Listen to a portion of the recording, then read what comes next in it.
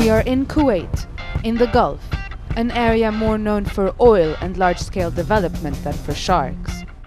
I'm Richard Pearce from the Shark Conservation Society, here in Kuwait for 2 weeks, doing what we believe is the first ever specific shark research exercise to be done in these waters. The reason for being here is that no one knows for sure how many shark species are present in these waters. The Kuwait Institute for Scientific Research lists 24 species.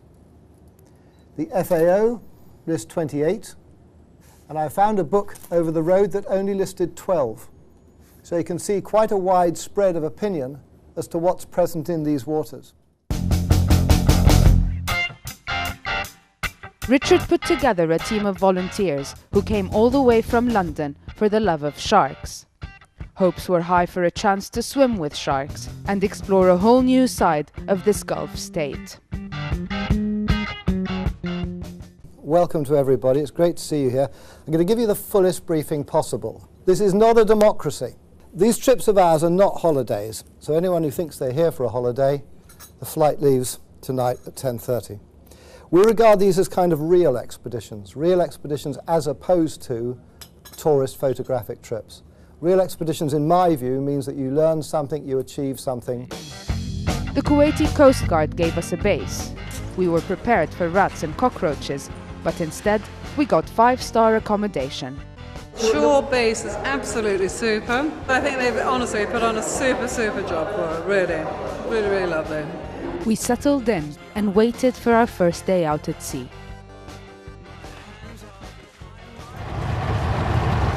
The sea at last, on a boat. That's what we came for. I've never seen the point in doing anything easy or obvious. And with all due respect to lots of my colleagues, any idiot can go to South Africa and find a white shark. This is the first time anything like this has ever been done here, in Kuwait. The Kuwaiti Coast Guard gave us a boat, and we had 2 weeks to find the sharks of Kuwait. We chose locations that were suggested to us by local Coast Guard, scientists and fishermen, places where sharks have been previously spotted. The first step was to set the chum. We've got the best chumming man in the world, a guy called Andy Sweeney. He will turn the Gulf red.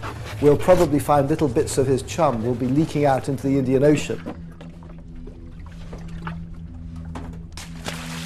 15:10, chum started.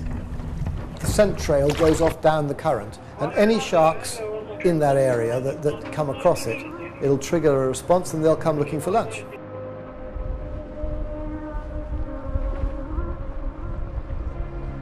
It turned out there was going to be a lot of waiting. Despite the chumming and the high hopes, no sharks swam up the slick. The Gulf is known for certain species of sharks, such as the Arabian carpet shark, milk shark, great hammerhead, white cheek, blacktip, bull and pig-eye sharks, among others. Some are naturally small sharks, others can grow to over 2 meters in length.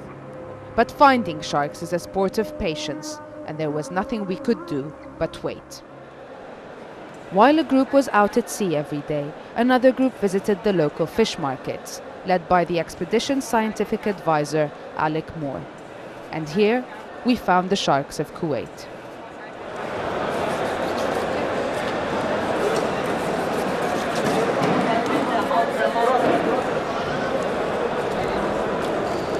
During the expedition, a total of over 1,500 specimens of sharks and rays were processed at the fish market. The team identified each species and recorded sex, maturity, length and numbers present. See the rows of teeth, they've got very broad, triangular, serrated upper teeth, and that narrows it down to one of 2 species. We know that it's either a bull shark or pig-eye or Java shark.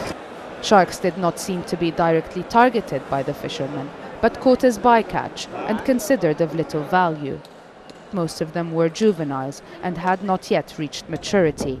But as there is no reliable previous record of sharks in the Gulf, it was difficult to reach a conclusive picture of local abundance. Today, instead of shark fins and dow sails, tankers crisscross the Gulf, carrying half the world's oil. The Gulf is a very shallow sea and a very busy waterway which has suffered large-scale pollution, degradation, alteration and loss of habitat. It's going well. We're just waiting for the big one. The team started fishing on rod and line. And finally, Dareen, our local Kuwaiti marine biologist, had a bite. Oh yeah, Something. well, there's something. It's a looks like a fish. catfish. No, it's not. It's not. It's a shark. It's a shark. It was a small white cheek, a species that doesn't grow very big and is known to be plentiful in the Gulf. In under 2 minutes, the team had identified, measured and photographed it, and off it went. Bye bye, little chap. Right, we're going home then.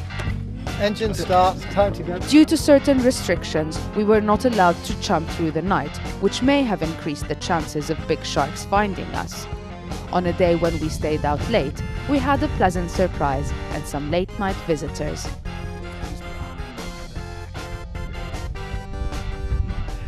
Meanwhile, at the fish market, Alec had made an incredible discovery. He came across a shark that didn't quite match the other specimens he was finding. It turned out to be a new species of shark, never before seen in these waters. The specimens were taken to the Kuwait Institute for Scientific Research, where they'll be preserved and shipped to the British Museum of Natural History in London. Over there, they'll be registered formally and made available to researchers to examine and confirm whether it is the rare smooth-toothed blacktip or an entirely new species. Just a little slip. That's enough. It's discoveries like this that show just how much research and work needs to be done in the Gulf. It was hard keeping everyone's spirits up, and it was the last day out on the boat. But as soon as the chum bags hit the water, we were surrounded by sharks. There's 1, 2, 3, 4, 5. It's literally riddled with sharks. They were blacktips, they were relaxed and enjoying our company.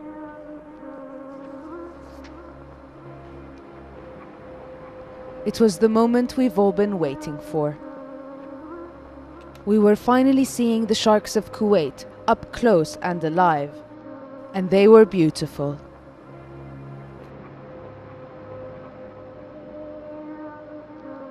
Oh, beautiful. Look at that. That was fabulous. Still here. Did you see that one Yeah. finned right out? Yeah. My real mission is to pass on sort of my passion, my knowledge, my love, my everything about sharks. So if I've got 10 more me's in the making, then the sharks are going to benefit. After 15 days of anxious anticipation and lots of dead sharks in the market, we all came away feeling happy to have swam with sharks, but at the same time worried about the future of sharks in the Gulf. More work like this is absolutely necessary to get a clearer picture of sharks in the Gulf and the conservation strategies that need to be put in place.